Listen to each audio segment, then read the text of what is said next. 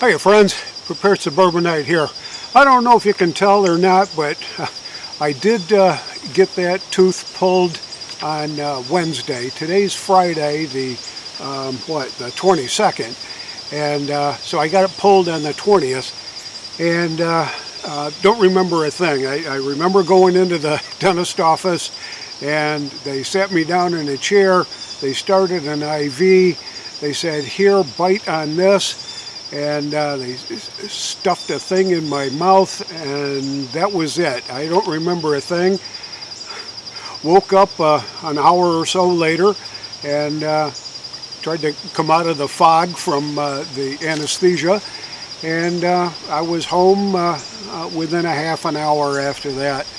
And it really wasn't too awful bad, mainly because I don't remember a thing about what happened, or the pain, or the noises, or anything like that. So it went very, very well. Had kind of a sort of rough day that afternoon. It was still kind of oozing and sweeping stuff, but wasn't really too bad. Advil seemed to really take the edge off any kind of discomfort or pain that was going on. And that's it. Yesterday was kind of a recuperation day. Today I'm feeling nearly 100%. So I've been kind of busy puttering around today. But I checked the news this morning and happened to jump onto Fox and just looked at what their headlines were. And there are 4 of them that are very worthwhile to consider for what's coming. So stick around.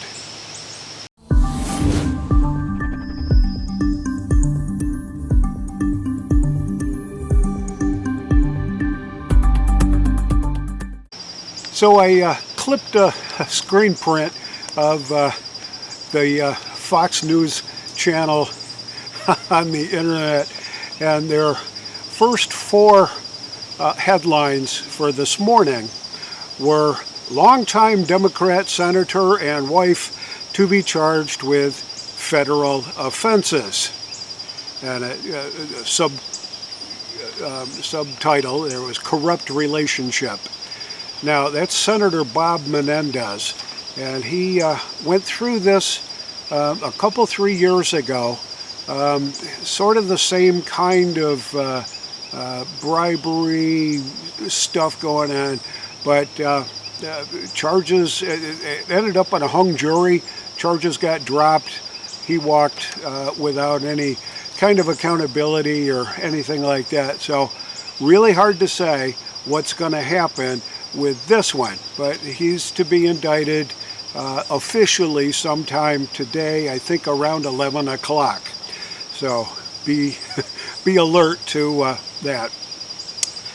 The second headline there is Judge delivers scathing rebuke to Biden administration's attempt to restrict oil drilling, and they're talking in the Gulf of Mexico.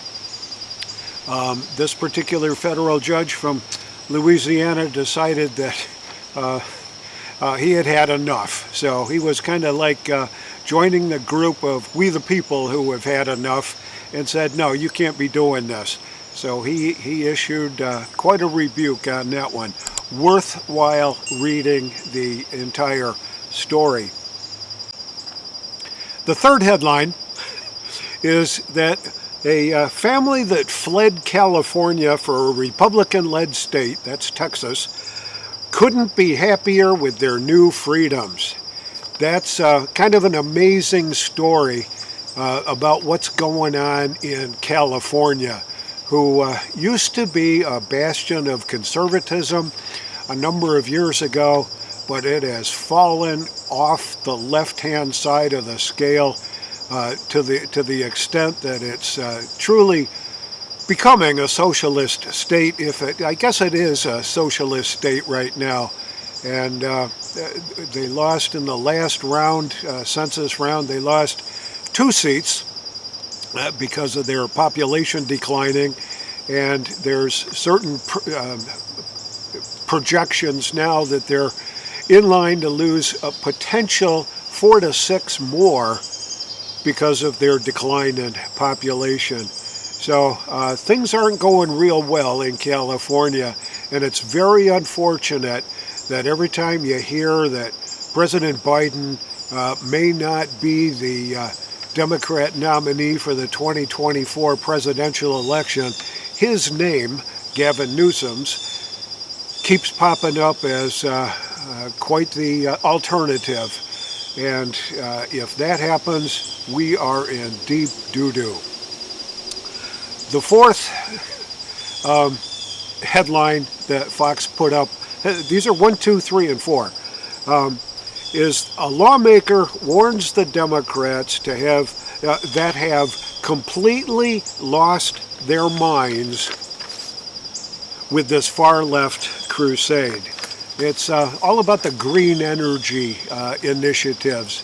It's stifling oil production and oil exploration and coal and natural gas and all that kind of stuff in an effort to green up the planet with their policies.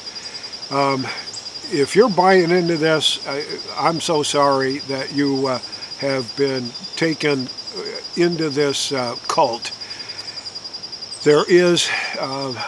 We have a very resilient planet, and I believe that the American people and a number of the corporations have decided, with a little pressure from the public and from the federal government, to clean up their act.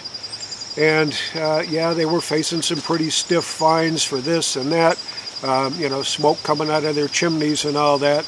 But the feds put up the money and said, you fix your stuff there, get your scrubbers and your chimneys and clean up your discharges into public waterways. I can remember not too awful long ago that Lake Erie was declared a dead Great Lake.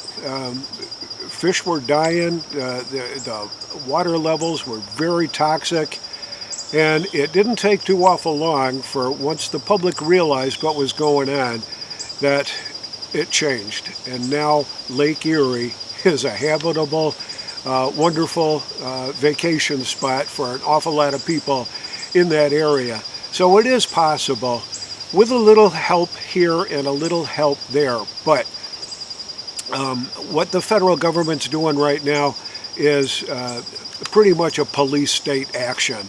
And speaking of police state, I've been watching a little bit of Dinesh D'Souza's coming attractions of his upcoming movie that I guess stars also Dan Bongino. And it sounds, I believe it's called Police State, and I think you can find it on policestatemovie.net to find out where it's playing, when it's playing. It's coming out October 23rd and 25th to theaters nationwide, and I'm looking forward to seeing it, because I truly believe that we have tipped the scale, that the United States is officially a police state right now. Seeing what's going on with the FBI, the Department of Justice, and watching Garland in that hearing just yesterday was absolutely frightening. And you can certainly see the differences in support for this kind of nonsense when you look at the Republicans and the conservative folks were really nailing the guy with really hard questions, and he did his best to dance around and not give answers and give excuses for not giving answers and all that. But every Democrat that was on that hearing just praised him and said, oh, thank you for your wonderful contribution and all your hard work to make America a safer place to live and all that. Man, just absolutely terrible. But you can certainly see the division that is going on in the country right now, and I am very, very concerned that our next step is going to be what I'm going to call the uncivil war. And it's going to be uncivil because both sides are going to be attacking each other, and people are going to have to pick sides in order to be able to get through what's coming. And what's coming is the 2024 election. And we have got a big, big responsibility ahead of us to make sure we do our research, understand the issues, understand where these candidates are coming from with their policy statements and their agenda issues and all that. I think everybody knows right where Donald Trump is. I think everybody knows right where Joe Biden is with his.